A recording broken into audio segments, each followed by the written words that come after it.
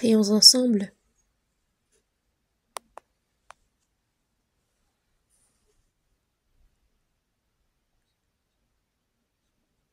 Dieu notre Père qui nous aime, qui est saint et miséricordieux, nous vivions éloignés de toi, dans nos péchés. Nous étions ennemis de toi par nos péchés et nos iniquités, mais quand nous ne te connaissions pas, le Seigneur Jésus-Christ a reçu le jugement concernant nos péchés que nous devions recevoir à notre place, et par le sang précieux qu'il a versé, il nous a sauvés. Merci pour cette grâce inconditionnelle, cette grande grâce. Et en cette heure, tu nous as permis de comprendre ta grâce, tu nous as fait recevoir la vie éternelle et l'espérance. Merci. Durant le reste de notre vie, puissions-nous vivre pour ta gloire, pour ta volonté. Et en cette heure, c'est tous ceux qui ont été sauvés par ton sang précieux, qui se sont réunis pour te louer, pour louer ta grande grâce, pour apprendre ta parole. Et dans cette assemblée sainte que tu as sauvée, nous nous retrouvons et nous croyons en ce que tu es avec nous. Veille sur chacun d'entre nous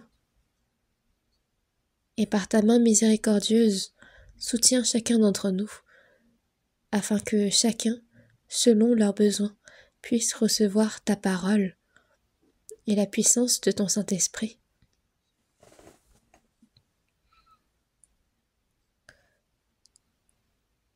Nous prions pour que le reste de notre vie, tu puisses nous enseigner davantage sur la voie que nous devons suivre et comment nous devons agir.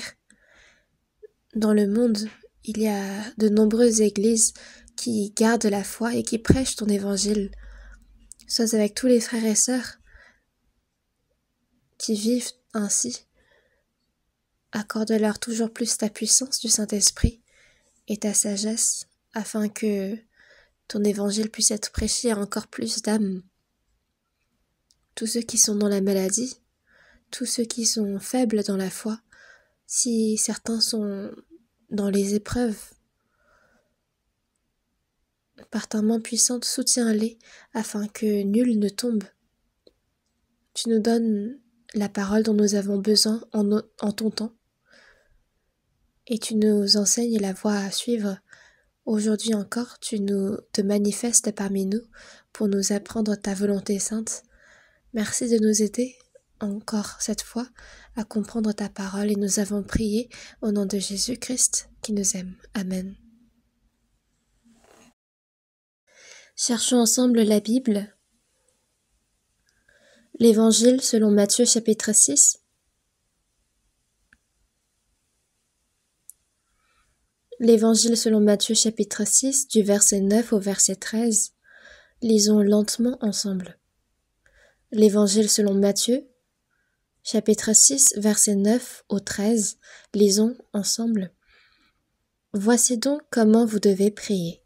Notre Père qui es aux cieux, que ton nom soit sanctifié, que ton règne vienne, que ta volonté soit faite sur la terre comme au ciel. Donne-nous aujourd'hui notre pain quotidien. Pardonne-nous nos offenses, comme nous aussi nous pardonnons à ceux qui nous ont offensés. Ne nous induis pas en tentation, mais délivre-nous du malin, car c'est à toi qu'appartiennent, dans tous les siècles, le règne, la puissance et la gloire. Amen.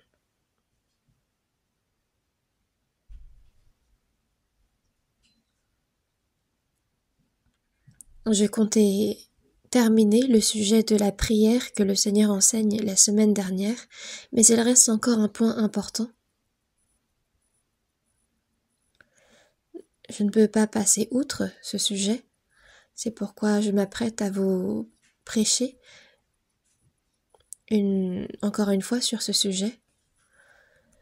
Vous pouvez tous réciter à présent la prière que le Seigneur enseigne, n'est-ce pas?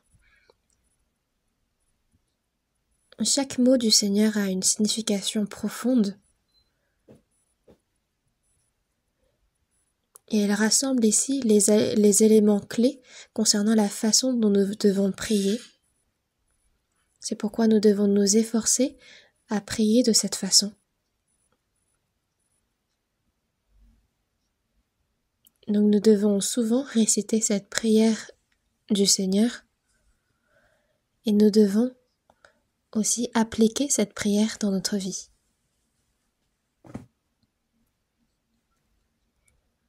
La parole d'aujourd'hui se concentre sur le verset 13. Ne nous induis pas en tentation, mais délivre-nous du malin.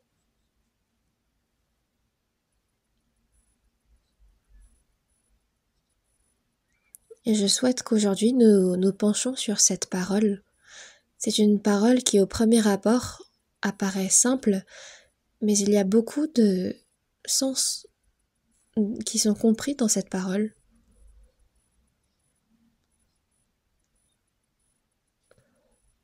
Dans la Bible, on parle d'épreuves, de tentations, de tests. La première signification que nous avons, c'est... En fait, en coréen, tentation, il n'y a qu'un seul mot. Mais dans la version anglaise, il y a plusieurs mots. Donc la première parole que je souhaite vous prêcher aujourd'hui, c'est la tentation du diable. On parle vraiment de la tentation, que le diable nous séduit, qu'il veut nous faire tomber. Puis le deuxième point,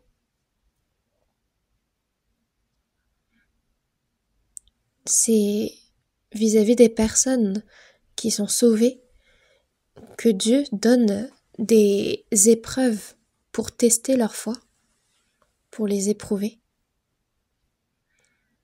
Puis la troisième notion, c'est quand Dieu souhaite vérifier la foi d'un homme, il donne des tests, des examens. Donc on a trois notions différentes ici, sur lesquelles nous allons nous pencher aujourd'hui. Ne nous induis pas en tentation, mais délivre-nous du malin.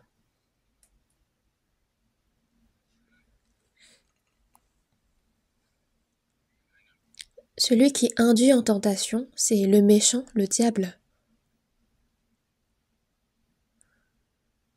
Les personnes qui ne sont pas sauvées, le diable les tente avec des choses vaines de ce monde. Il les séduit afin qu'ils ne reçoivent pas le salut. Mais pour les personnes sauvées, le diable ne les abandonne pas non plus,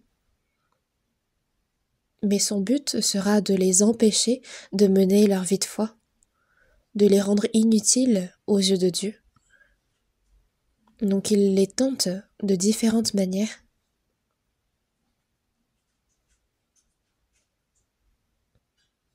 Donc réfléchissons en premier lieu à cette tentation du diable. La tentation, c'est induit par le diable, le méchant. C'est une tentation individuelle, personnelle. Donc, avec notre force, nous ne pouvons vaincre la tentation du diable. Le diable, c'est l'ange déchu. Avant de créer les hommes, Dieu a créé les anges. Et quand on regarde dans Apocalypse chapitre 5 verset 11, il est dit que le nombre des anges était des myriades et des myriades, des milliers de milliers. Et les principaux anges étaient Gabriel, Michael et Lucifer. Et il leur a accordé des myriades d'anges à leur responsabilité. Sauf que Lucifer est devenu arrogant et il a souhaité s'élever à la place de Dieu. C'est pourquoi Dieu l'en a chassé du royaume des cieux. Quand on regarde dans Matthieu chapitre 25 verset 41, « Retirez-vous de moi, maudits, allez dans le feu éternel qui a été préparé pour le diable et pour ses anges. » L'enfer n'a pas été créé au début pour les hommes, mais c'était pour le diable et pour ses anges. Mais Dieu n'a pas envoyé le diable immédiatement en enfer, ça aurait été l'idéal, mais il l'a relâché pour un temps. Pourquoi? Parce que même le diable, Dieu l'utilise. Dans Proverbe, l'Éternel a tout fait pour un but, même le méchant pour le jour du malheur. Dieu utilise même le diable encore maintenant. Le diable n'est pas encore envoyé en enfer, mais il œuvre dans ce monde. Et on dit du diable qu'il est le tentateur. Les anges sont les plus puissants après Dieu. C'est pourquoi nous ne pouvons les vaincre par notre propre force. C'est pourquoi nous devons demander sincèrement l'aide de Dieu. Dans Matthieu chapitre 26, verset 39, quand Jésus, avant d'être arrêté,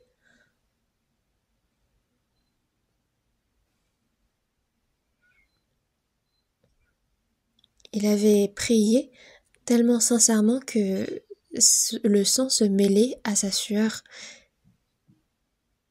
Il avait prié en disant non pas ce que je veux, mais ce que tu veux. Il avait cette même chair faible comme nous. Et sa chair ne voulait pas la souffrance de la croix.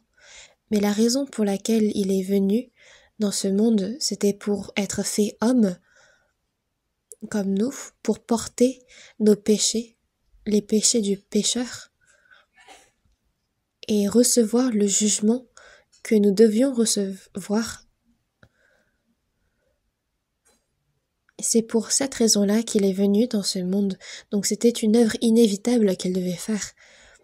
Non pas ce que je veux, mais ce que tu veux, car ce que je veux, c'est que cette coupe s'éloigne de moi. Toutefois, non pas ce que je veux, mais ce que tu veux. Car la volonté du Père, c'était que le Fils, qui n'avait pas de péché, meure pour nous qui avons du péché.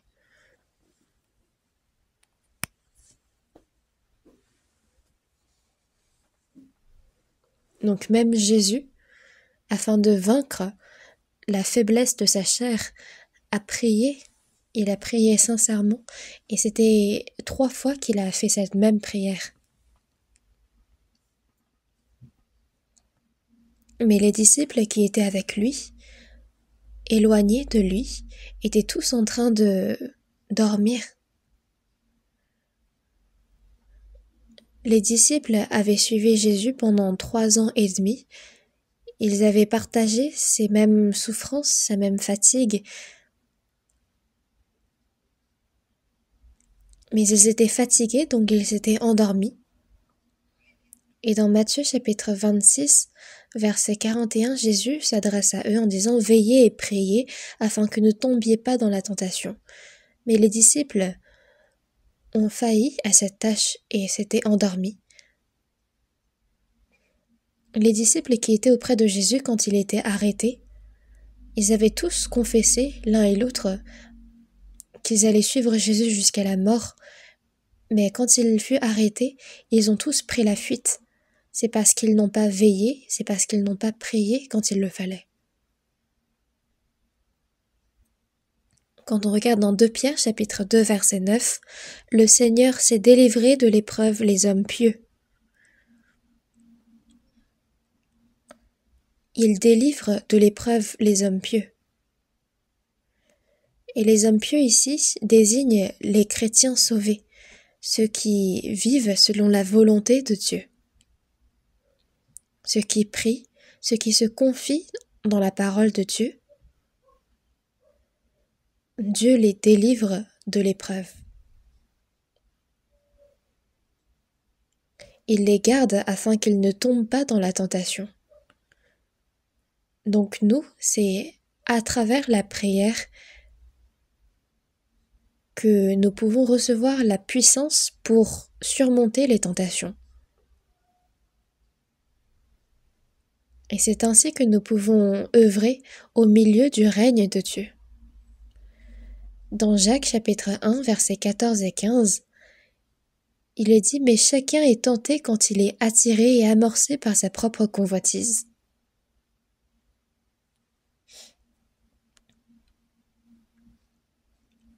L'homme a cette chair, à cet ancien homme, ce vieil homme qui est corrompu. Il a encore ce vieil homme qui n'est pas totalement changé, et c'est cet homme-là que le diable utilise pour tenter. Puis Judas, qui était l'un des disciples qui avait suivi le Seigneur, avait cette convoitise concernant l'argent. Et c'est avec cette convoitise qu'il a vendu Jésus.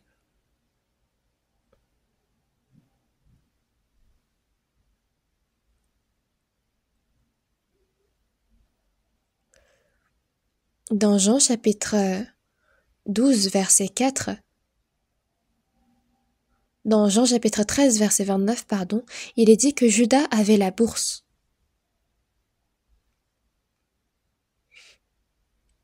Marie, qui avait reçu dans sa demeure Jésus, s'était approchée de lui pour y verser du parfum. C'était un parfum très cher qui coûtait 300 deniers. C'était la somme qu'accumulerait un homme qui aurait travaillé pendant 1 an. Donc c'était tout l'héritage qu'elle possédait.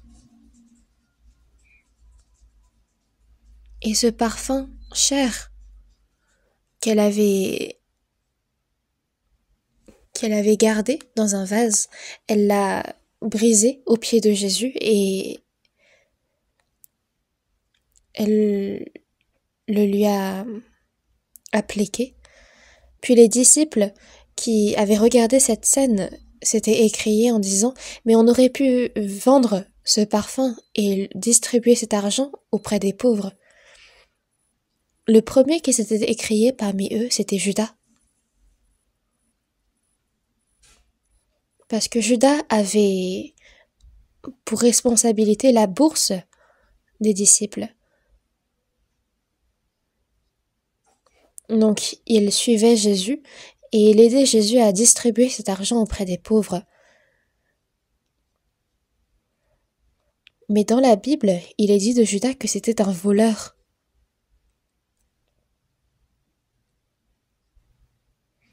On ne sait pas comment est-ce que Judas utilisait cet argent, mais certainement qu'il y en avait une part qui rentrait dans sa propre poche.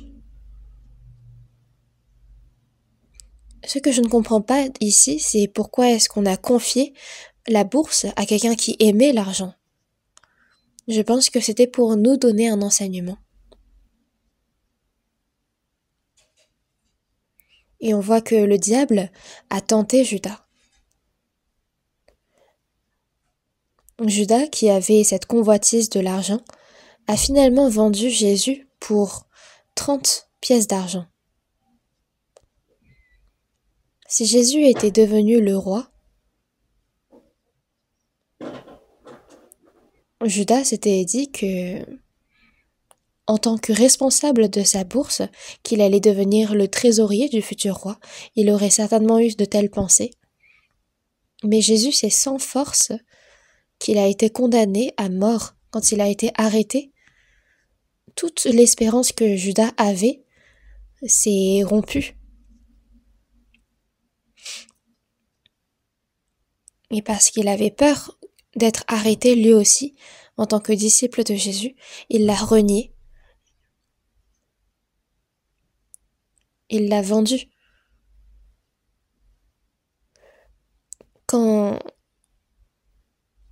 c'était dans un endroit où personne ne connaissait, Jésus était en train de prier avec ses disciples, mais Judas le savait, et il a emmené avec lui tous ceux qui voulaient la mort de Jésus pour le livrer à eux.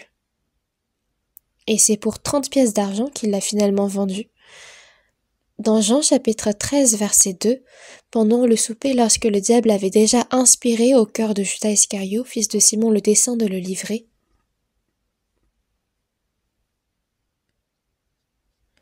le diable a inspiré dans le cœur de Judas, qui était déjà vulnérable, qui avait déjà ce point faible qui était la convoitise de l'argent.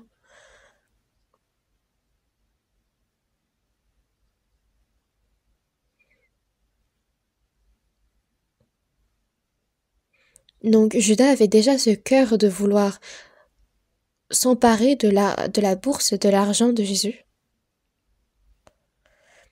Et dans Jean chapitre 13, verset 27, il est dit que Satan entra dans Judas.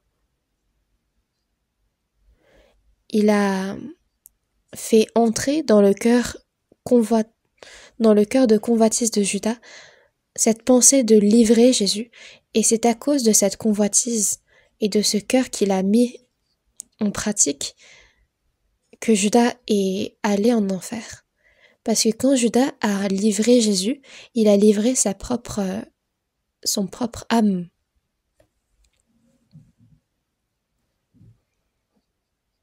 Mais Jésus, c'est selon la parole qu'il a été livré, c'est selon la parole qu'il est mort puis qu'il a ressuscité. Mais malheur à l'homme par qui le Fils de l'homme est livré, mieux vaudrait pour cet homme qu'il ne fût pas né. Judas, c'est par sa convoitise qu'il a livré son maître, Jésus, et qu'il est descendu en enfer. Nous qui sommes sauvés, nous ne sommes pas corrompus à ce niveau-là, mais nous avons encore ce vieil homme en nous qui n'est pas mort totalement. Et le diable l'exploite. C'est ainsi qu'il nous tente, afin que nous ne menions pas une bonne vie de foi, que nous soyons réduits à des êtres inutiles devant le Seigneur. Quand on regarde dans 1 Pierre chapitre 2 verset 11, à vous abstenir des convoitises charnelles qui font la guerre à l'âme. En nous avons des convoitises charnelles. Ça renvoie à ce vieil homme qui est en nous. Mais l'âme d'une personne sauvée contient le Saint-Esprit.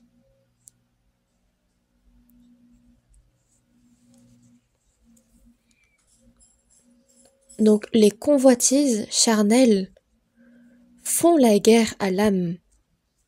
Ils sont opposés à cette âme.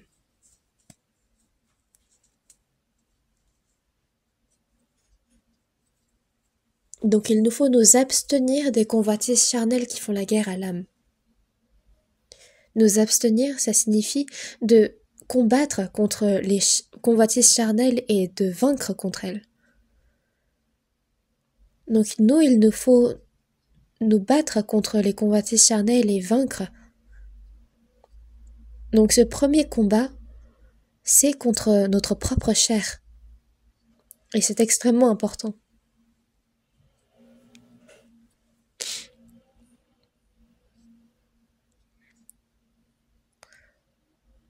C'est à travers ce vieil homme qui n'est pas encore totalement changé que le diable nous tente. Ce n'est pas parce que nous avons reçu le salut que le diable nous laisse maintenant tranquilles.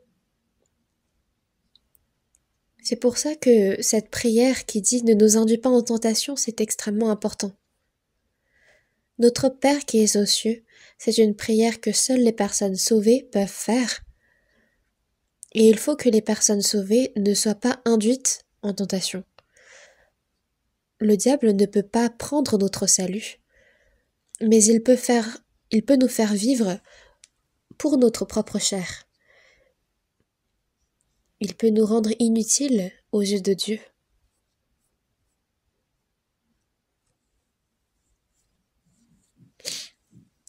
Donc nous avons ce combat avec nous-mêmes. Et dans Genèse chapitre 3, on voit que Adam et Ève ont désobéi à la parole de Dieu, qu'ils ont été chassés du jardin d'Éden. On peut voir cette scène dans Genèse chapitre 3.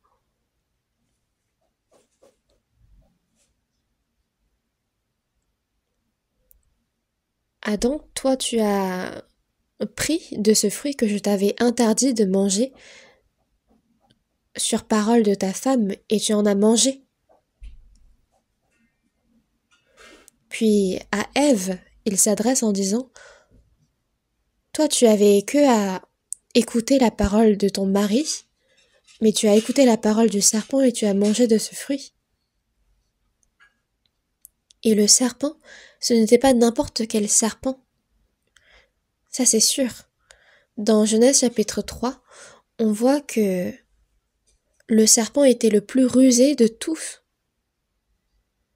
C'était certainement un serpent qui pouvait se déplacer avec des pattes. Mais c'est à travers l'animal le plus rusé, le serpent, que le diable a tenté Adam et Ève. Donc, ils sont tous les deux tombés dans la tentation du diable.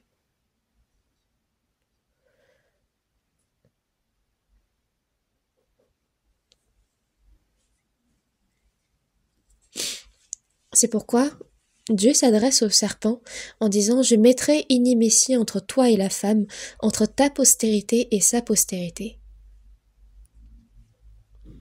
Toi, tu vas être maudit et tu marcheras sur ton ventre. Donc le serpent, au temps du jardin d'Éden, se déplaçait sûrement avec des pattes, mais il a été maudit après ce qui s'est passé et il marchera sur son ventre. Et tu mangeras de la poussière tous les jours de ta vie. Est-ce que vous comprenez cette parole? Est-ce que le serpent mange de la poussière en ce moment ou est-ce qu'il mange des grenouilles par exemple?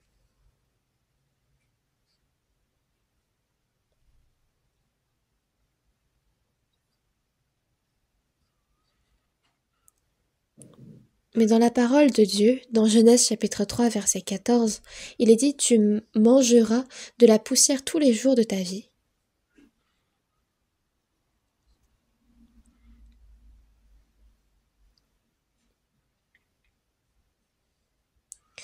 Puis dans Genèse chapitre 3 verset 19, 17 et 19, Dieu s'adresse à l'homme et il dit: puisque tu as mangé de l'arbre au sujet duquel je t'avais donné cet ordre, tu n'en mangeras point, le sol sera maudit à cause de toi. Il te produira des épines et des ronces, c'est à la sueur de ton visage que tu mangeras du pain jusqu'à ce que tu retournes dans la terre. Car tu es poussière et tu retourneras dans la poussière. La poussière fait allusion à la mort. Le serpent, certes, ne mange pas de la poussière en ce moment. Mais ce que ça veut dire, c'est à la fois que le serpent va ramper sur son ventre. Donc même le serpent peut entrer en tentation à cause du diable. Mais ça montre ici l'œuvre du diable. Car tu es poussière et tu retourneras dans la poussière. On parle de la chair.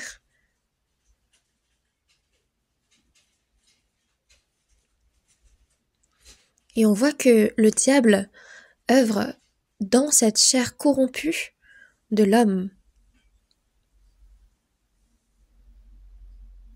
C'est dans la chair humaine de l'homme que le diable œuvre. Dans Galates chapitre 5 verset 17, l'esprit en a de contraires à ceux de la chair, car la chair a des désirs contraires à ceux de l'esprit et sont opposés entre eux. L'esprit qui est en nous, le Saint-Esprit qui est en nous, se bat contre notre chair qui n'a pas encore été totalement changée. Puis la chair s'oppose au Saint-Esprit. Donc la convoitise de la chair s'oppose au désir de l'esprit, ils sont opposés et elle empêche l'œuvre du Saint-Esprit. Nous avons compris la parole de Dieu, nous continuons à apprendre sa parole et par cet amour que nous avons envers Dieu, nous avons ce cœur de vouloir obéir à sa parole. C'est un cœur tout à fait naturel aux chrétiens sauvés. Mais les désirs de la chair s'opposent à ces désirs de l'esprit. Pourquoi est-ce que nous n'arrivons pas à obéir en tout temps à la parole de Dieu? Pourquoi est-ce que nous continuons à commettre des péchés? C'est à cause du diable et à cause de cette chair que nous avons encore et qui n'est pas totalement transformée. Ils sont opposés entre eux. Afin que vous ne fassiez point ce que vous voudriez.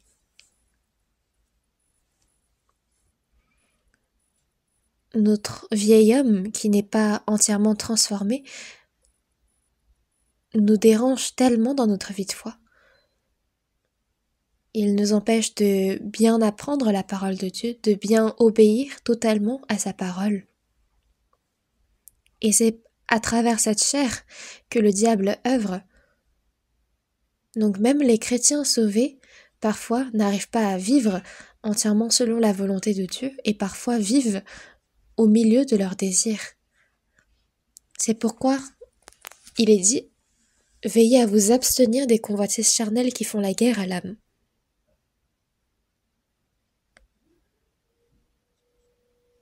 Donc le diable utilise la chair même des chrétiens sauvés, car elle n'est pas totalement transformée, pour les faire tomber. Et c'est un grand problème. Ce n'est pas le problème de quelqu'un d'autre, mais c'est nos problèmes à nous, à chacun d'entre nous. Pendant 30 années,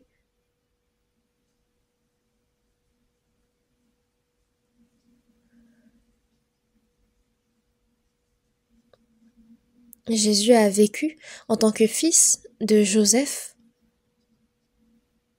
et il a vécu comme tout être humain.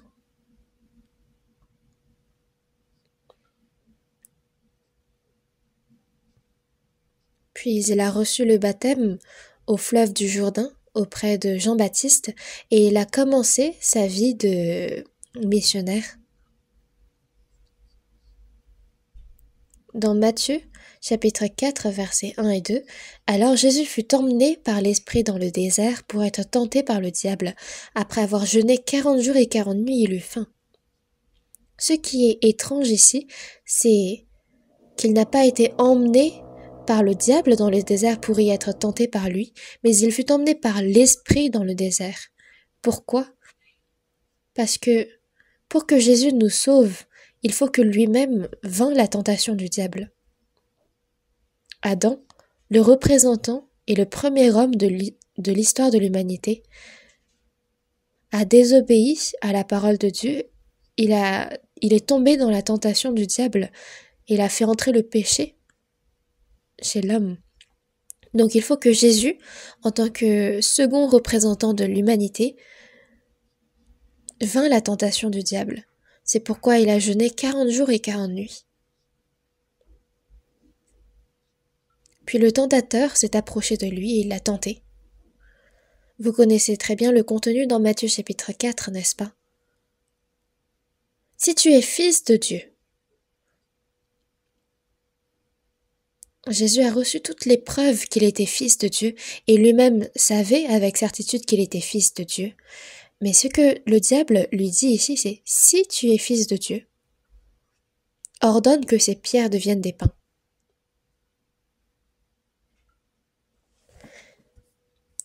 Tu es fils de Dieu et pourtant tu jeûnes autant, tu as faim. Tu as cette puissance de transformer ces pierres en pain si tu es vraiment fils de Dieu. On dirait qu'il prononce ces paroles pour le bien de Jésus. Quand la chair est le plus fatiguée, quand elle est le plus faible, le plus important pour la chair, ça devient la nourriture. Et c'est pour ça que le diable tente Jésus sur ce point-là. Comme s'il voulait le bien de Jésus. Toi, tu es fils de Dieu et pourquoi est-ce que tu as aussi faim? Tu peux très bien transformer ces pierres en pain et tu peux très bien manger. On dirait des paroles belles, agréables. Mais c'est la tentation du diable. Et si Jésus avait réagi en disant « C'est vrai, je suis fils de Dieu, je peux ordonner ces pierres de devenir des pains et je peux manger. Mais s'il avait fait ces choses, alors il serait tombé pile dans la tentation du diable. Mais dans Matthieu chapitre 4, verset 4, Jésus a dit « L'homme ne vivra pas de pain seulement, mais de toute parole qui sort de la bouche de Dieu. » C'est par la parole que Jésus a tranché net à la tentation du diable. L'homme ne vivra pas de pain seulement, mais de toute parole qui sort de la bouche de Dieu. Il faut bien comprendre cette parole également. Il faut se nourrir charnellement, mais il faut aussi avoir la parole de Dieu. Et Jésus a préféré la parole de Dieu qu'à la parole du diable. Pendant 40 jours, il avait jeûné, mais plus que la nourriture charnelle, il a cherché plus ardemment la nourriture spirituelle, la parole de Dieu. L'homme ne vivra pas de pain seulement, mais de toute parole qui sort de la bouche de Dieu. Ça signifie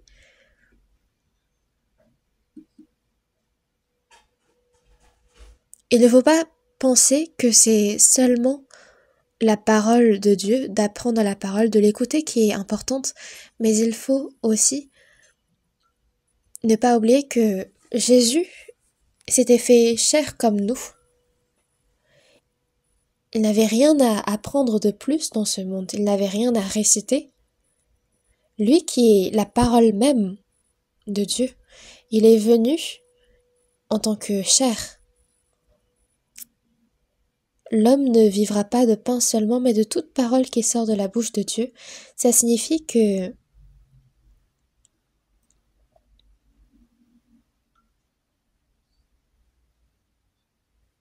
ça ne signifie pas que l'homme ne doit pas seulement manger, mais qu'il doit aussi écouter et lire la parole. Mais c'est qu'il doit aussi obéir à la parole. Dans l'Évangile selon Jean chapitre 4, Jésus se dirige depuis la terre de Juda jusqu'à la terre de Galilée et il doit traverser le désert de Samarie.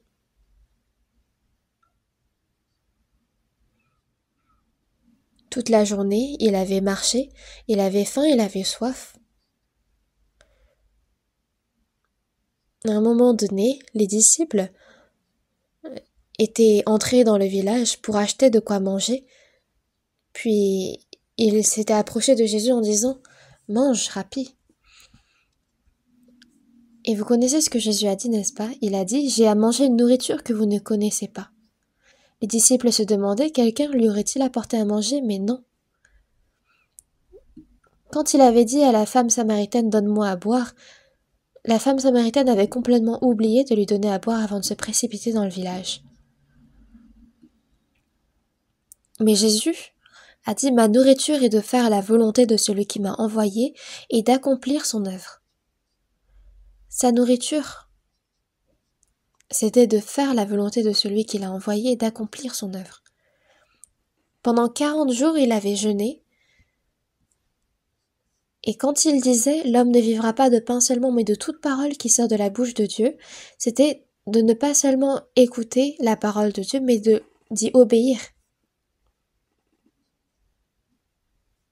Plus que tous les besoins de sa chair, c'était plus important pour lui d'accomplir la volonté du Père. C'est de faire la volonté du Père et d'accomplir son œuvre. Qu'est-ce que de faire? C'est de venir, il est venu pour sauver les pécheurs. Il y a la femme samaritaine qui a plein de péchés et plein d'habitants de son village qui s'approchent de Jésus. Et c'est de sauver leurs âmes. C'est ça la nourriture de Jésus. Il avait faim, il avait soif.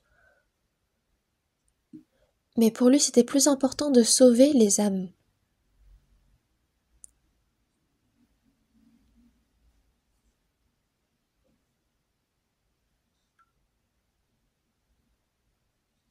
C'est ainsi que Jésus a surmonté cette première tentation du diable. Puis, qu'est-ce que le diable fait?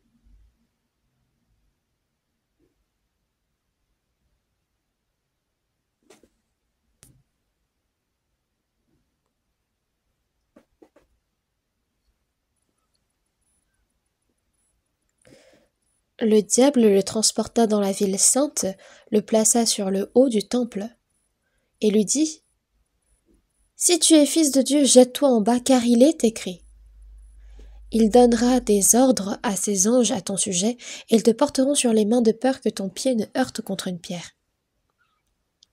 Jette-toi en bas. Il est écrit que ces anges ne permettront pas que ton pied ne heurte contre une pierre.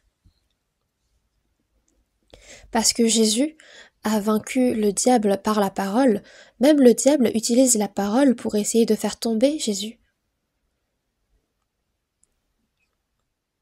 Et cette parole ici que le diable cite, ça ne signifie pas que aucune difficulté n'adviendra aux chrétiens, mais c'est que au milieu des difficultés, Dieu les garde. Mais même cette deuxième tentation, le diable a surmonté. Jésus lui dit: Il est aussi écrit, tu ne tenteras point le Seigneur ton Dieu. Donc le diable commence sa troisième tentation en lui montrant tous les royaumes du monde et leur gloire, en disant: Je te donnerai toutes ces choses si tu te prosternes et m'adores. Dans le jardin d'Éden, en faisant entrer le péché dans l'homme, est devenu le roi de ce monde. Si tu te prosternes et m'adores, je te donnerai toutes ces choses. C'est une énorme tentation. Mais Jésus lui dit: Il est écrit, tu adoreras le Seigneur ton Dieu et tu le serviras lui seul. Il y a Dieu, pourquoi se prosterner à quelqu'un d'autre? Jésus a rétabli toutes choses qui ont été perdues avec le péché d'Adam et d'Ève.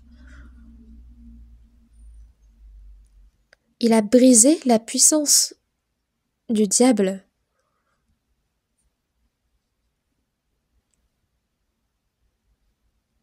Et il a fait retomber toute la gloire de ce monde au Seigneur. Tu adoreras le Seigneur ton Dieu et tu le serviras lui seul.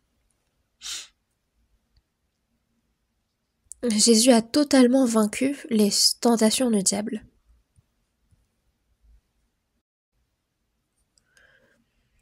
Adam, au jardin d'Éden,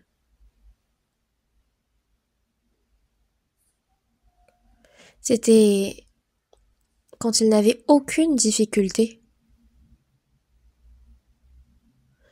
Il y avait énormément de fruits, de magnifiques fruits, en abondance dans le jardin d'Éden. Et Dieu lui avait dit: tu pourrais tout manger. Tu peux tout manger. Mais c'est quand il n'y avait aucune difficulté qu'il est tombé dans la tentation du diable. Au contraire, Jésus, c'était dans la pire des situations qu'il a été tenté. Quand il avait jeûné 40 jours et 40 nuits, quand il avait faim, soif, quand il était fatigué, c'est dans cette situation-là qu'il a vaincu la tentation du diable. Et vous savez que là où le diable a tenté Jésus, le diable nous tente nous aussi. Si Jésus n'avait pas surmonté ces tentations, il n'aurait pas pu devenir notre sauveur. Pour nous sauver, il s'est fait chair, il est venu dans ce monde et il a surmonté les tentations du diable. La première tentation du diable, c'était une tentation financière. Même les chrétiens sauvés, nous avons des difficultés financières, nous sommes pauvres, nous avons des difficultés. Et parfois, le diable s'approche de nous en disant: tu es sauvé, tu es fils de Dieu, et pourtant, pourquoi est-ce que tu vis dans de telles difficultés? Pourquoi es-tu aussi pauvre?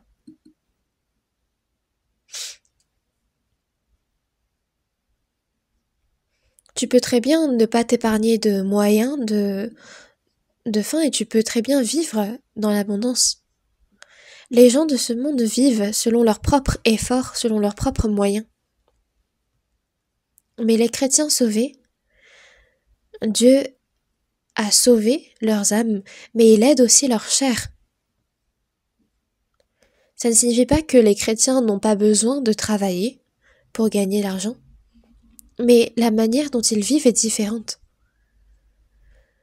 Ne dites pas que mangerons-nous, que boirons-nous, que de quoi serons-nous vêtus, car toutes ces choses, ce sont les païens qui les recherchent. Votre Père céleste sait que vous en avez besoin. Dans Matthieu chapitre 10, verset 30, « Et même les cheveux de votre tête sont tous comptés. » Dieu connaît même et il compte tous les cheveux de notre tête, mais qu'est-ce qu'il ne peut pas faire pour nous? Il connaît notre situation mieux que nous. Il sait de quoi nous avons besoin. Et cela signifie qu'il est responsable de notre vie. Ce n'est pas parce qu'il est incapable de nous les donner qu'il ne nous donne pas. Mais il voit si dans toute situation, même au milieu des difficultés, nous nous confions en lui. C'est pourquoi il faut chercher premièrement quoi? Le royaume et la justice de Dieu, et toutes ces choses vous seront données par-dessus. Le royaume, donc de prêcher l'évangile. Ce n'est pas seulement les prédicateurs, les pasteurs, les évangélistes qui prêchent l'évangile, mais ce doit être l'objectif numéro 1 de tous les chrétiens sauvés. C'est la première et la plus importante vocation que le Seigneur nous donne. Que nous soyons agriculteurs, que nous soyons employés d'entreprise, que nous soyons présidents d'entreprise, l'important ce n'est pas de quoi manger, de quoi boire, de quoi nous vêtir, mais c'est de chercher premièrement le royaume de Dieu. Et la justice de Dieu, c'est de vivre selon la volonté de Dieu. Les chrétiens sauvés doivent s'aimer les uns les autres, ils doivent aimer Dieu et ils doivent aimer sa parole, y obéir. C'est cela que de chercher la justice de Dieu. Et si nous faisons ces deux choses, alors toutes ces choses vous seront données par-dessus. Vous savez le principe un acheté, un offert. Si nous cherchons premièrement le royaume et la justice de Dieu, toutes ces choses vous seront données par-dessus. C'est la promesse de Dieu. Et Dieu est quelqu'un qui respecte coûte que coûte ses promesses. Et toutes ces choses vous seront données par-dessus. Mais si on ne fait pas ces choses-là, parce qu'on n'a pas pu croire en la promesse de Dieu, le Seigneur ne nous aide pas en retour. Donc la manière de vivre des chrétiens sauvés est différente de celle des gens du monde. Les gens du monde n'épargnent aucun moyen. Ils cherchent à gagner toujours plus d'argent. Et s'ils n'y arrivent pas, ils trompent même les hommes. Mais ce n'est pas le cas pour les chrétiens. Nous sommes maintenant enfants de Dieu. Même les cheveux de notre tête sont tous comptés. Pourquoi est-ce que Dieu ne nous connaîtrait pas nos situations? Et jusqu'au jour où nous rentrerons dans le royaume des cieux, Dieu nous garde. Mais cherchez premièrement le royaume et la justice de Dieu, et toutes ces choses vous seront données par-dessus. Si nous ne cherchons pas premièrement le royaume et la justice de Dieu, alors cette promesse ne s'applique pas, parce que cela signifierait que nous ne croyons pas en sa promesse. Il nous sera fait selon notre foi.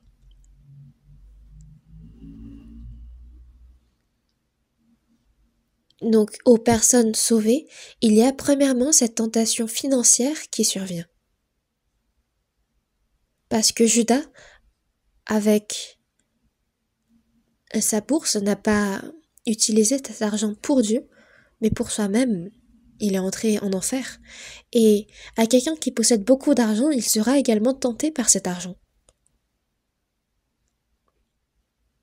Dans 1 Jean, chapitre 2, versets 15 à 17,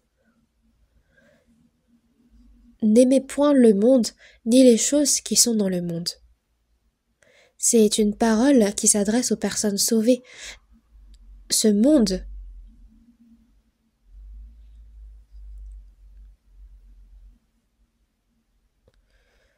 il y a beaucoup de choses magnifiques dans ce monde, mais c'est à travers ces choses-là que le diable nous fait tomber. C'est pourquoi n'aimez point le monde ni les choses qui sont dans le monde, car quand on aime quelque chose, notre cœur y est. Car tout ce qui est dans le monde, la convoitise de la chair, la convoitise des yeux et l'orgueil de la vie, ne vient point du Père, mais vient du monde. La convoitise de la chair, ce qui est bon à manger, la convoitise des yeux, ce qui est agréable à la vue, l'orgueil de la vie. On parle de l'honneur. Donc ces trois choses qui ont été également le sujet de la tentation du diable dans le jardin d'Éden, quand il a essayé de tenter Ève en premier lieu. Le serpent dit à la femme, « Mange, vous ne mourrez point. » Mais Dieu sait que le jour où vous en mangerez, vos yeux s'ouvriront et que vous serez comme des dieux, connaissant le bien et le mal. C'est parce que Dieu est jaloux. Il vous empêche de manger de ce fruit. Car si tu en manges, tes yeux s'ouvriront, tu deviendras comme Dieu.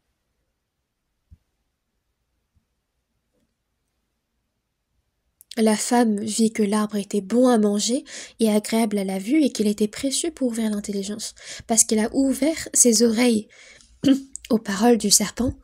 Elle a vu que cet arbre était bon à manger. Parce que Dieu a formé l'homme à son image.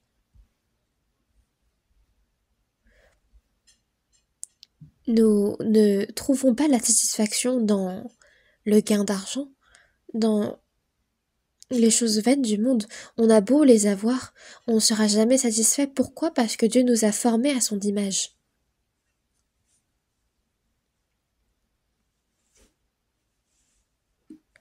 Mais il nous faut pour cela obéir à la parole de Dieu, afin qu'il vous élève au temps convenable. Si nous n'obéissons pas à sa parole, il nous abaisse.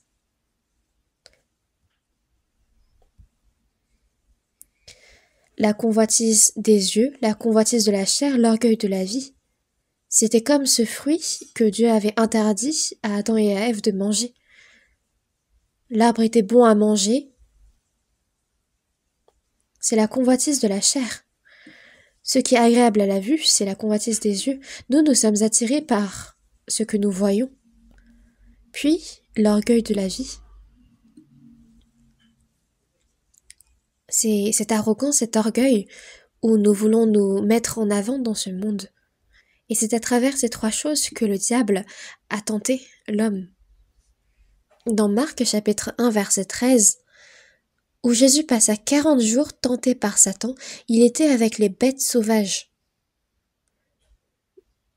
Pendant son séjour dans le désert, il était avec les bêtes sauvages. Il était tenté par Satan.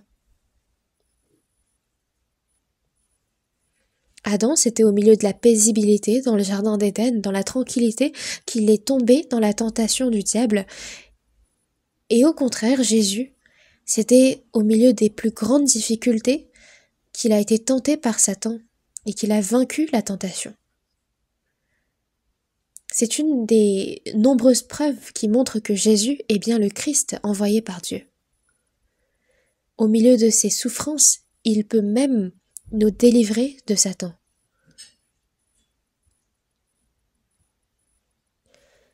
Et quand on regarde dans Luc chapitre 4 verset 13, après l'avoir tenté de toutes ses manières, le diable s'éloigna de lui jusqu'à un moment favorable. Après ces trois tentations, le diable s'éloigna de lui, mais jusqu'à quand? C'était toute la vie de Jésus qui l'a suivi et qui l'a tenté. Quand on regarde dans Matthieu chapitre 27 verset 40, Jésus, quand il était crucifié sur la croix, quand il était en train de souffrir, il avait les Juifs en bas de la croix qui lui disaient « Toi, si tu es vraiment le Christ, descends de la croix, et alors nous croirons en toi. » Même le diable s'est approché jusqu'en bas de la croix pour tenter Jésus.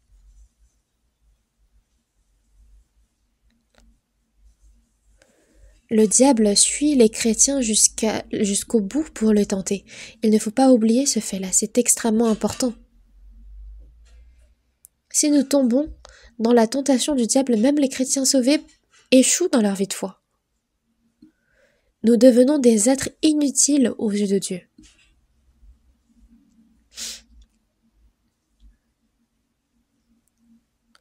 Dans la guerre, on exploite les points faibles pour gagner. Et c'est pareil pour le diable qui utilise nos points faibles, nos points les plus vulnérables pour nous faire tomber. Ceux qui sont faibles dans l'argent, alors c'est financièrement, c'est concernant les biens matériels qu'il les fera tomber.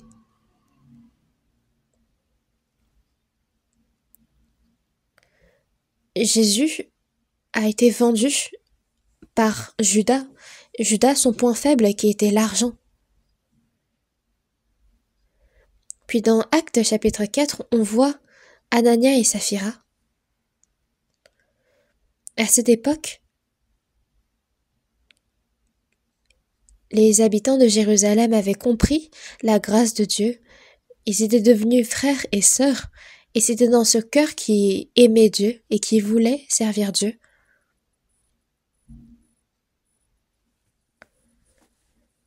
Parce que les disciples avaient prévenu les habitants de Jérusalem que la ville serait détruite bientôt, que cette désolation était proche.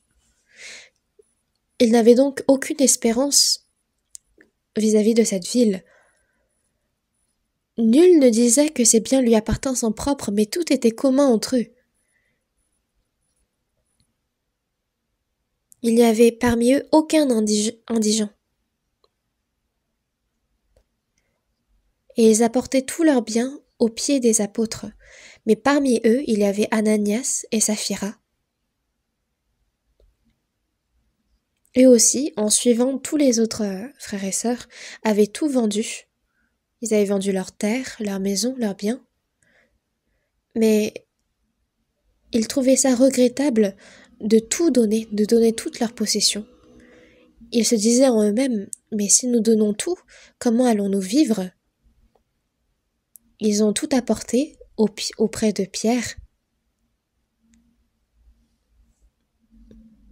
mais en dissimulant une part de leur possession. Et Pierre leur dit, Pourquoi Satan a-t-il rempli ton cœur au point que tu mentes au Saint-Esprit et que tu aies retenu une partie du prix du champ ? Anania n'était pas non sauvé, mais il était sauvé.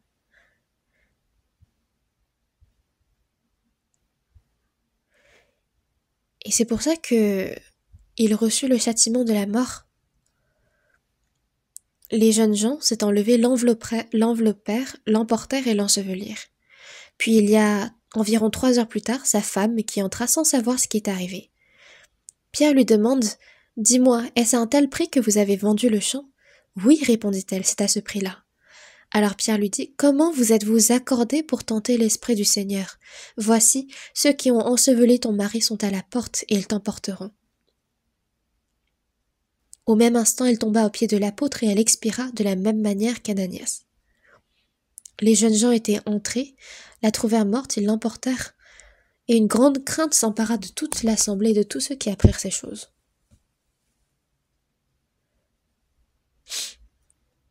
Nous, même quand on donne tous nos biens, on ne meurt pas à notre époque.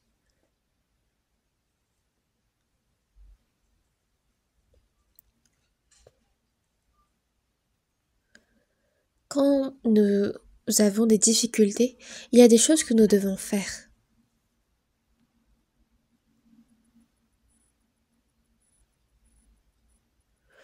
Ici, il ne s'agit pas de tout donner.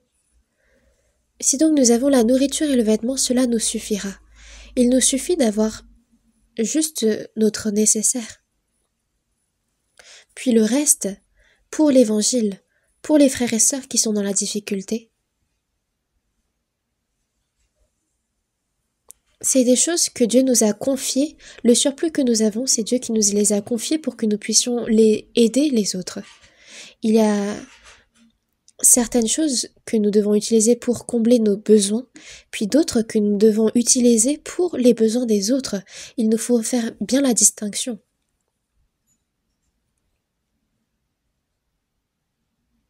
Donc ceux qui aiment l'argent seront tentés à propos de l'argent.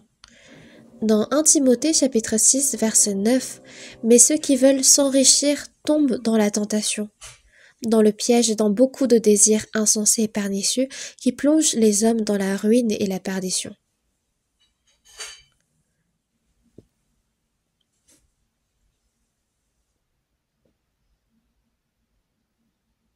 Il est dit que l'amour de l'argent est une racine de tous les maux, et quelques-uns, en étant possédés, se sont égarés loin de la foi. L'amour de l'argent, c'est cette affection que nous avons, cet attachement à l'argent.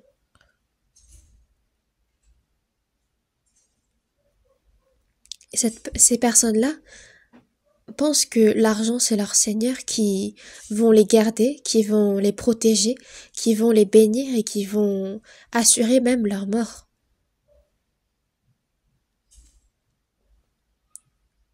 Car l'amour de l'argent est une racine de tous les maux. C'est de là que tous les maux naissent, toute la désobéissance. Et quelques-uns, en étant possédés, se sont égarés loin de la foi et se sont jetés eux-mêmes dans bien des tourments. Les personnes sauvées qui s'égarent loin de la foi, c'est ceux qui quittent, ceux qui s'éloignent de la parole. Il y en a certains qui viennent à l'église, qui écoutent la parole, qui la récitent, mais ce n'est pas ça la vie de foi. La vie de foi, c'est chercher la parole, la recevoir et obéir à chaque parole un à un. C'est ça que la vie de foi. Si nous ne faisons pas ainsi, nous sommes des hypocrites. Puis il y a ceux qui sont faibles vis-à-vis du sexe opposé. Et ceux-là, ils seront tentés vis-à-vis de ça. Dans l'Ancien Testament, il y a Samson. Samson a été établi pour juge auprès d'Israël par Dieu. Dieu lui a accordé une force exceptionnelle pour se battre contre les Philistins. Mais Samson était faible concernant le sexe opposé. Il y a même un film sur Samson et Delilah. Samson avait vu une femme qui était belle de figure. Il a aimé cette femme. Et finalement, il a été séduit. Il a confié son secret. Les Philistins le saisirent, lui crevèrent les yeux.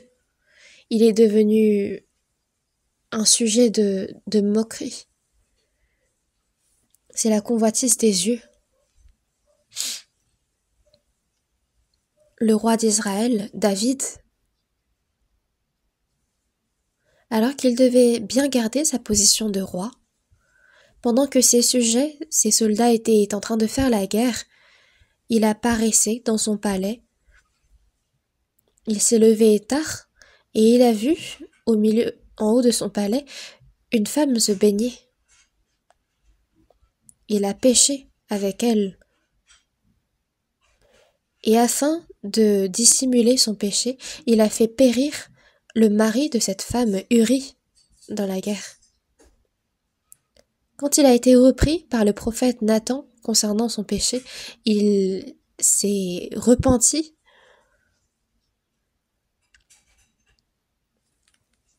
Et certes, concernant son péché, il a été pardonné, mais le châtiment qu'il a reçu à cause de ce péché l'a suivi toute sa vie.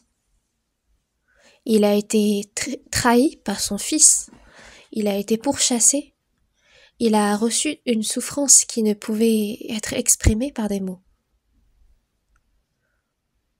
Puis comment était son fils Salomon ? Dieu a accordé à Salomon toute richesse, il a fait en sorte qu'il ne manque de rien. Mais Salomon a aimé tellement les femmes étrangères. Il en est venu à se prosterner devant toutes les idoles que servaient ces femmes. Et quand même Dieu l'a repris, il ne s'est pas repenti.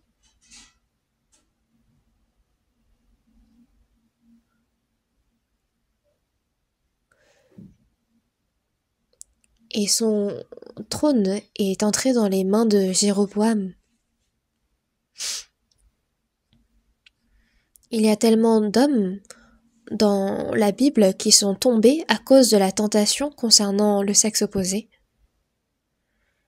Mais il y a Joseph, l'un des fils de Jacob, qui a été vendu par ses frères en Égypte, mais Dieu fut avec lui, parce qu'il était sérieux dans les tâches qui ont été confiées. Il était fidèle. Il travaillait dans la maison de Potiphar, qui était un homme très important, dont le statut était important dans l'Égypte. Et quand il n'y avait personne dans la maison de Potiphar, sa femme, continuellement, séduisait Joseph, toujours à lui lancer des clins d'œil.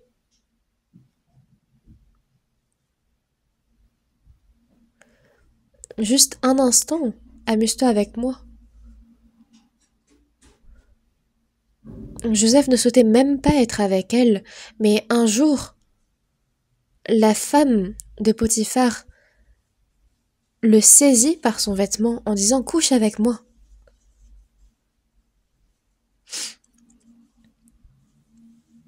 Ça ne devait pas être des vêtements comme nous portons actuellement, mais ça doit être une robe, une tunique qu'il avait, et parce qu'elle le saisit par son vêtement, il lui laissa même son vêtement dans la main et s'enfuit au dehors.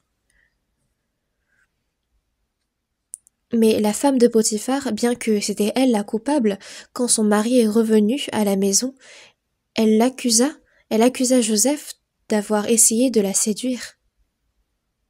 Potiphar, en réfléchissant attentivement, se serait dit que Joseph n'était pas un homme à faire de telles choses. Mais il n'avait pas de preuves, donc il a envoyé Joseph en prison. C'était une prison où de grands criminels étaient emprisonnés là-dedans.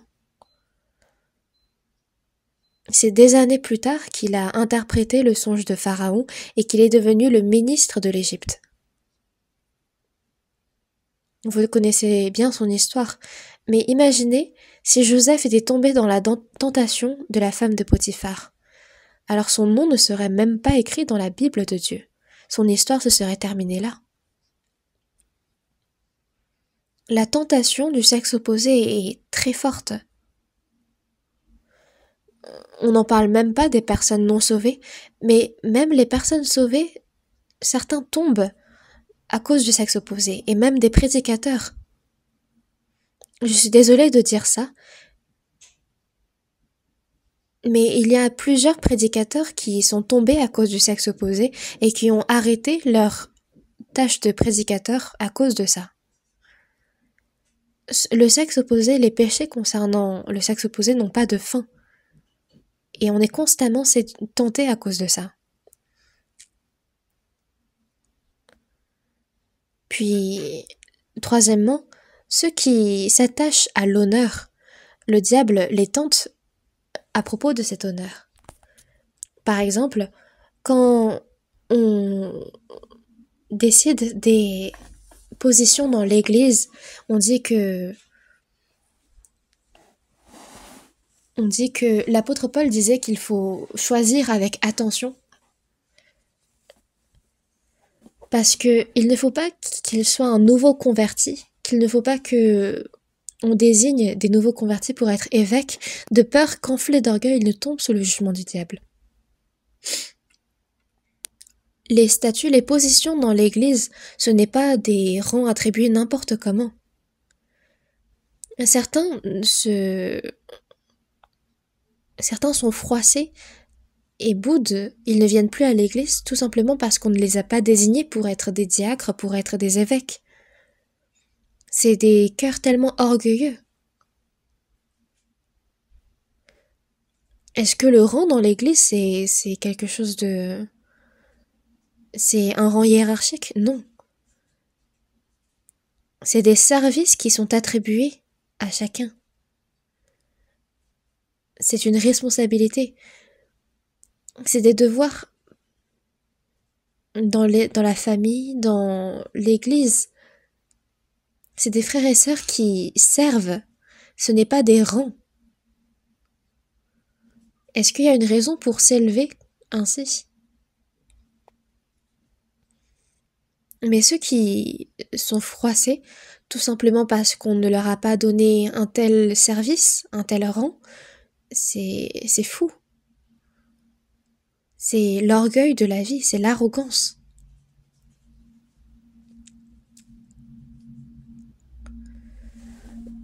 Le roi Saül d'Israël,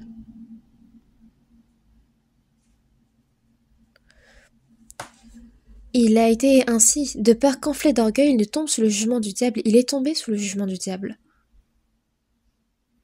Parmi les anges, les principaux anges de Dieu, Michael, Gabriel, Lucifer. Parmi les trois anges, Lucifer s'est enorgueilli, il est devenu arrogant à s'élever jusqu'à la place de Dieu et il en a été chassé du royaume de Dieu.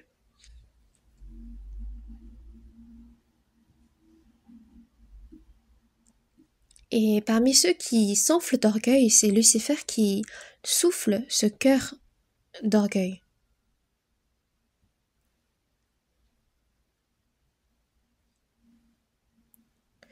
Le roi Saül d'Israël était le premier roi d'Israël. Et au début, il était très humble. Et c'est parce qu'il était humble qu'il a été choisi pour être roi d'Israël par Dieu. Et au début, il était très bien.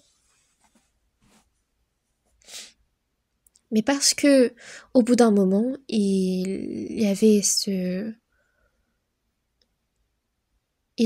réussite qui s'accumulait. Il n'a pas voulu faire comme Dieu a décidé, mais il a voulu faire comme ce que lui voulait décider. Et au bout d'un moment, il a tellement désobéi que Dieu a choisi David pour être son successeur, pour être le nouveau roi d'Israël. Saül a envié David, il a été jaloux à un tel point qu'il voulait le tuer. Parce que le peuple s'est crié en disant « Saül a frappé ses 1000 et David ses 10 000 ».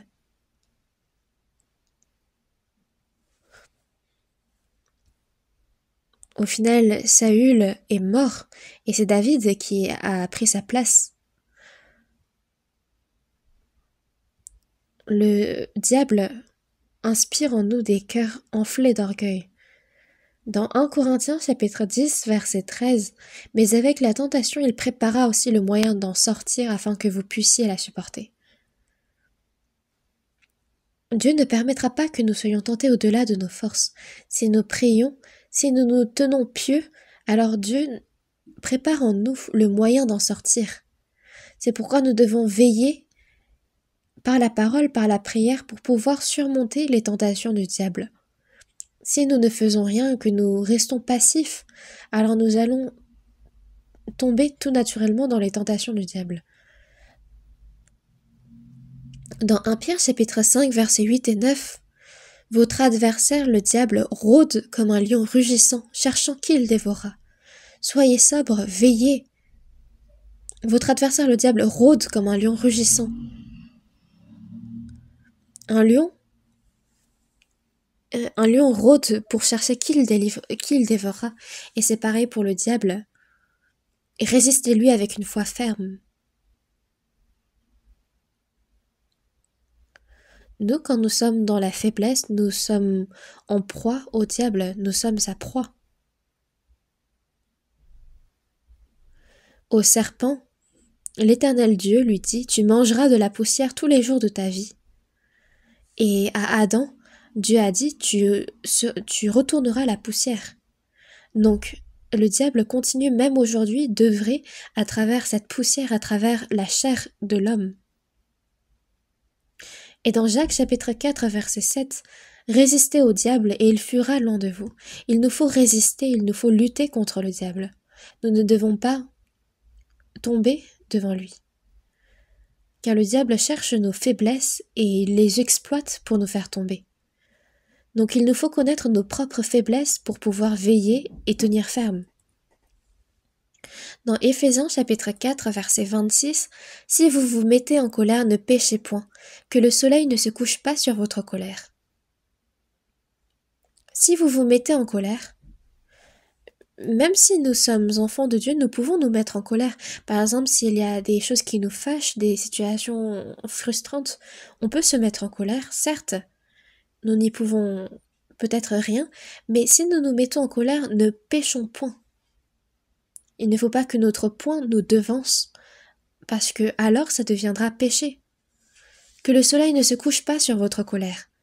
C'est que cette colère doit se finir vite, nous devons apaiser notre colère rapidement. Il y a quelqu'un qui, quand il se met en colère, reste en colère pendant des jours. Et pendant des jours, il médite pour sa vengeance, pour assouvir sa colère. Mais c'est ce genre de personnes qui entrent et qui deviennent des proies du diable. Parce que le diable rôde.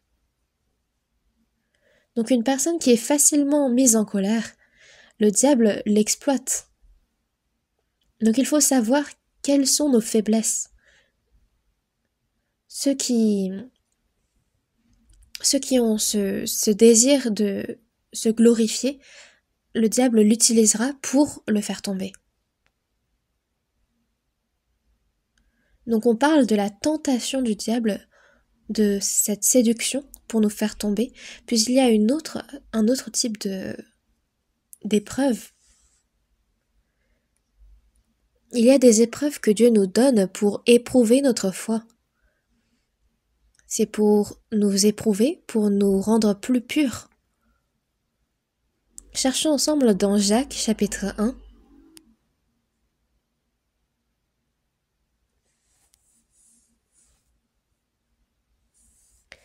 C'est après l'épître aux Hébreux, il y a l'épître à Jacques, l'épître de Jacques chapitre 1. Jacques chapitre 1 versets 2 et 3.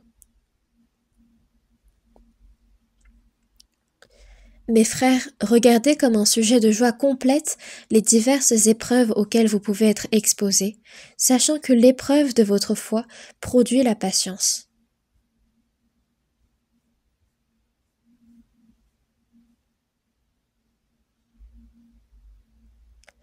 On parle ici des diverses épreuves auxquelles vous pouvez être exposés, mais regardez-les comme un sujet de joie complète.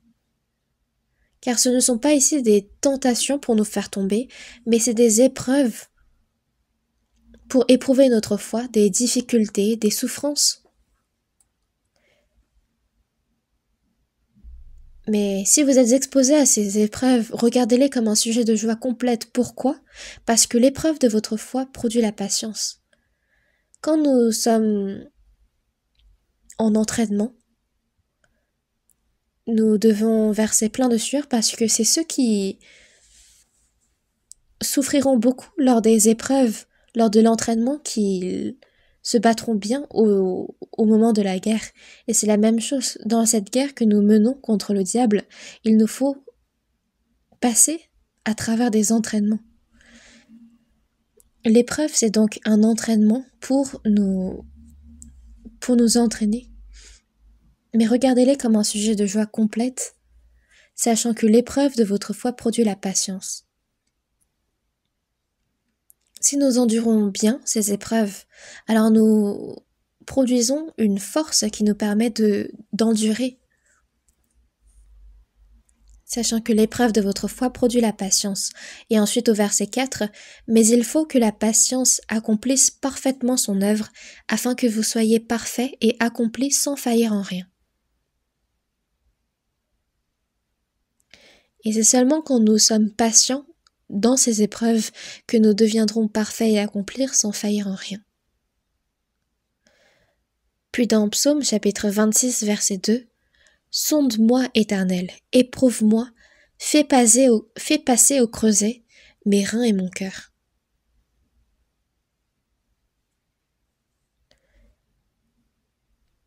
C'est une prière qui s'adresse à Dieu de sonder l'homme, de les faire passer au creuset, de les éprouver.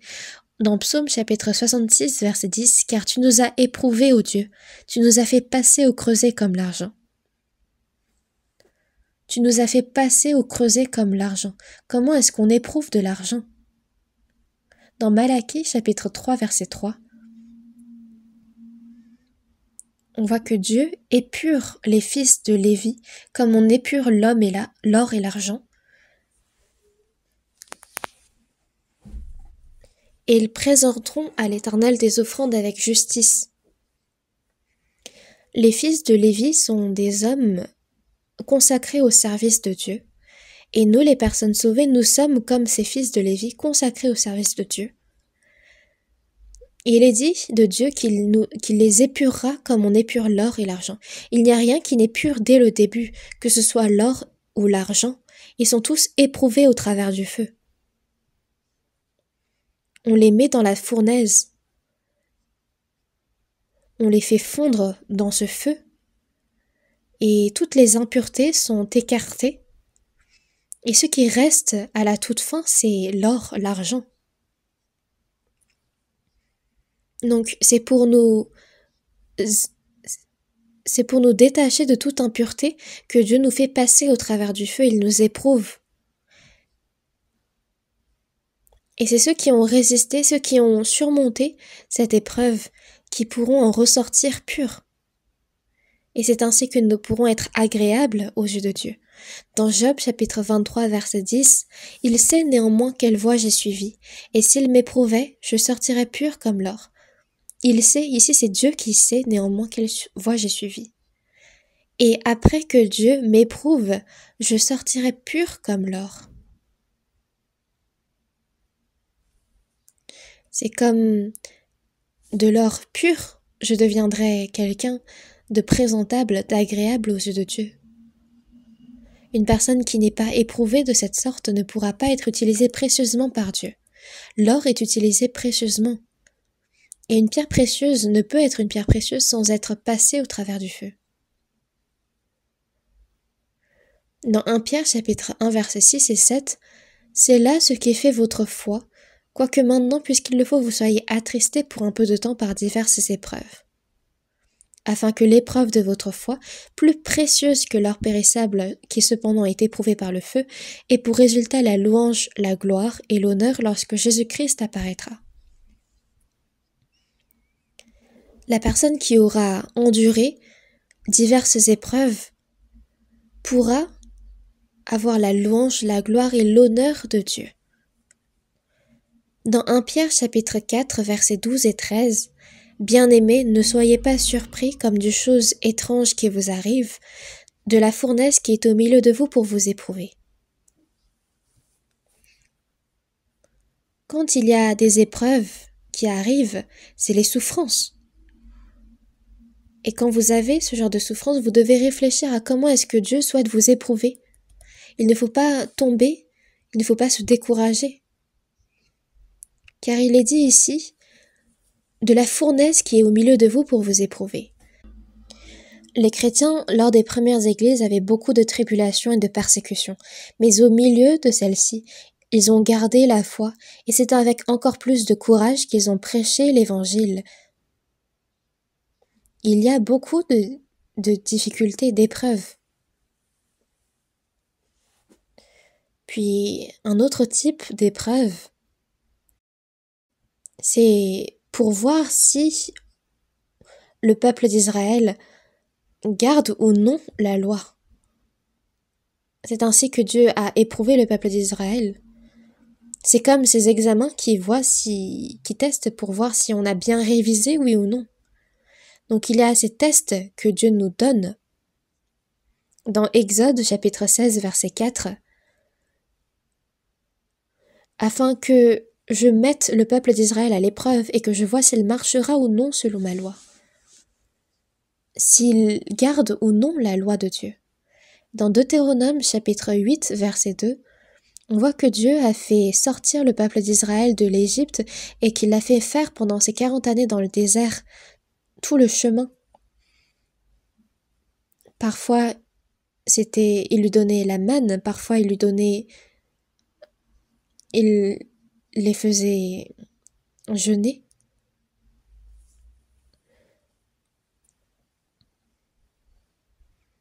C'est par la puissance de Dieu qu'il a guidé le peuple d'Israël jusqu'à la terre de Canaan, mais il l'a éprouvé pour savoir quelles étaient les dispositions du cœur du peuple d'Israël et s'il garderait ou non ses commandements. Nous, jusqu'au jour où nous rentrerons dans le royaume des cieux, nous vivons comme ces 40 années passées dans le désert par le peuple d'Israël. Dans ce monde, Dieu nous éprouve. Nous ne pouvons plus désormais aller en enfer, mais il nous faut nous débarrasser des impuretés que nous avons encore pour entrer au royaume des cieux. Nous devons y entrer en étant dignes. Donc il nous éprouve pour voir si nous gardons ou non sa parole. Dans Deutéronome chapitre 13 verset 3, « Car c'est l'Éternel votre Dieu qui vous met à l'épreuve pour savoir si vous aimez l'Éternel, votre Dieu de tout votre cœur et de toute votre âme. »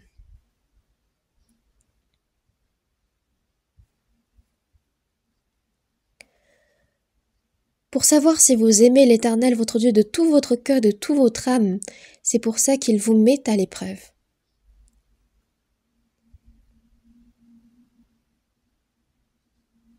Donc il nous teste. Dans Genèse chapitre 22 verset 1, il manque un peu de temps donc je me précipite un peu, mais on voit que c'est quand Abraham avait 100 ans, Dieu lui a donné Isaac, son fils, et ça a dû être quand avait 13 ans, 14 ans environ, donc c'était à un âge où Isaac était vraiment adorable. Donc plus que toutes les richesses et les biens que Abraham avait, tous les nombreux serviteurs qu'il avait, c'était Isaac qu'il aimait plus que tout parce qu'il l'avait eu à ses 100 ans. Il n'y avait rien de plus précieux que lui. Donc c'était à un âge où Isaac était vraiment adorable que Dieu l'a mis à l'épreuve et lui dit « Prends ton fils, ton unique, celui que tu aimes, Isaac, va-t'en au pays de Morija, et là, offre-le en holocauste sur l'une des montagnes que je te dirai. » Comment Abraham a-t-il répondu ?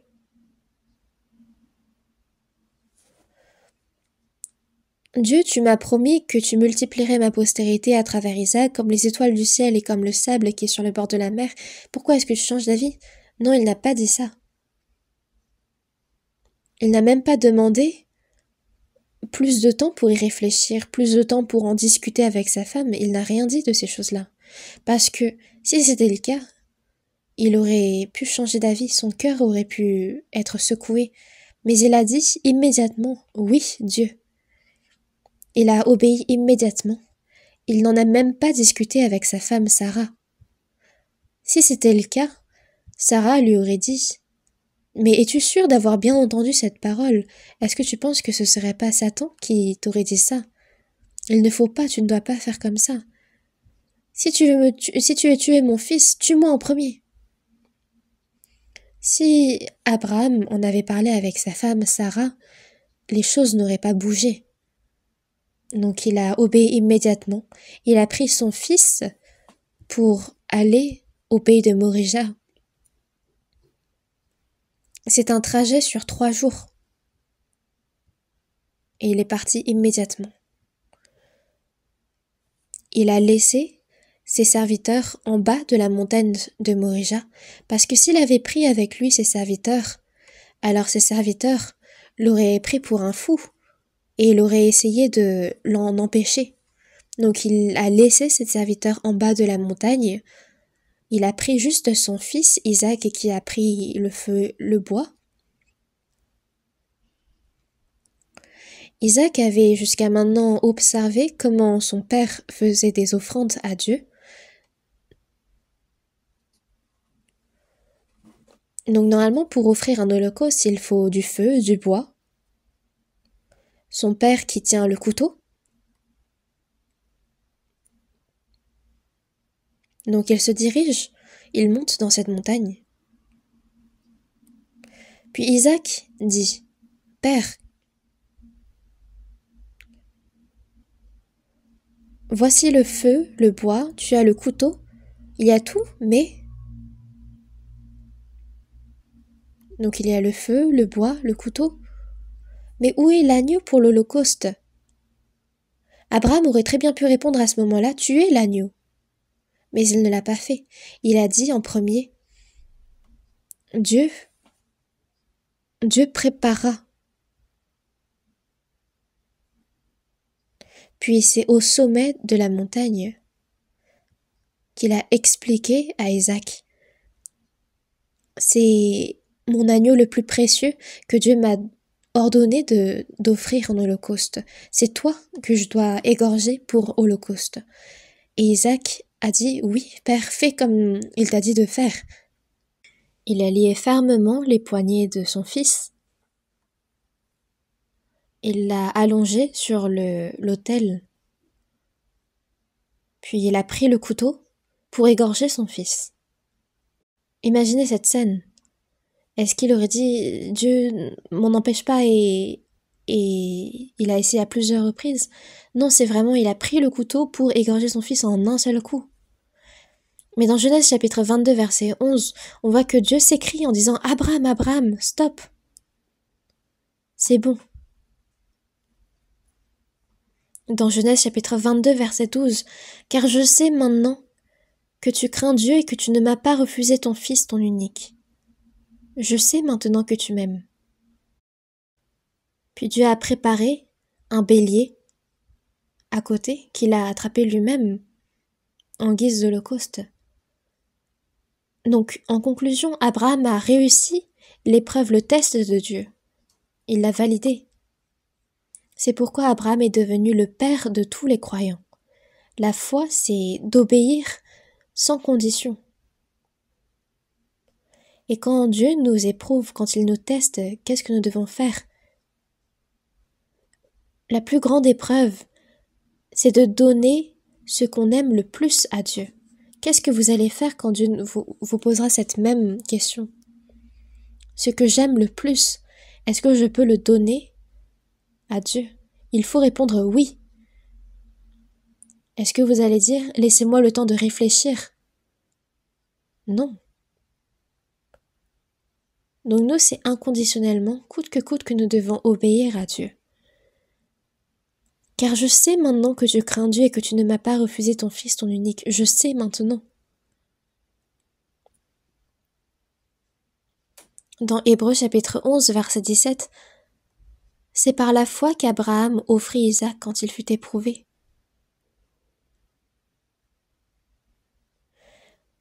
Puis dans Jérémie chapitre 17, verset 10, « Moi l'Éternel, j'éprouve le cœur, je sonde les reins pour rendre à chacun selon ses voies, selon le fruit de ses œuvres. »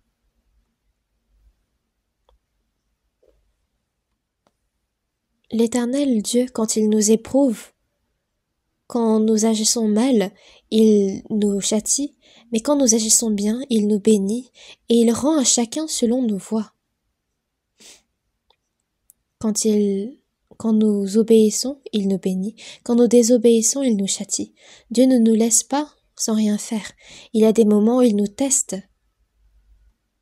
Donc il y a la tentation du diable, où il nous séduit, où il veut nous faire tomber. Puis il y a l'épreuve de Dieu qui est là pour nous éprouver, pour éprouver notre foi, pour nous entraîner. Puis la troisième épreuve qui est là pour nous tester et pour nous donner encore plus de bénédictions. Nous devons surmonter ces trois choses.